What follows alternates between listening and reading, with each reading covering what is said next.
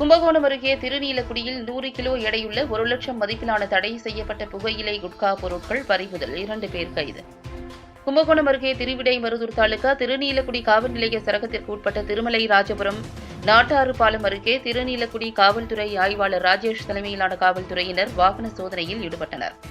அப்போது அந்த வழியாக சந்தேகத்திற்கு இடமளிக்கும் வகையில் மூட்டைகளோடு இருசக்கர வாகனத்தில் வந்த 2 நபர்களை காவல்துறையினர் விசாரணை செய்தனர். அப்போது அவர்கள் அந்த மூட்டையில் எடுத்து வந்த சுமார் 100 கிலோ எடையுள்ள 1 லட்சம் மதிப்பிலான தடை செய்யப்பட்ட புகையிலை பொருட்களான குட்காவை காவல்துறையினர் பறிமுதல் செய்தனர்.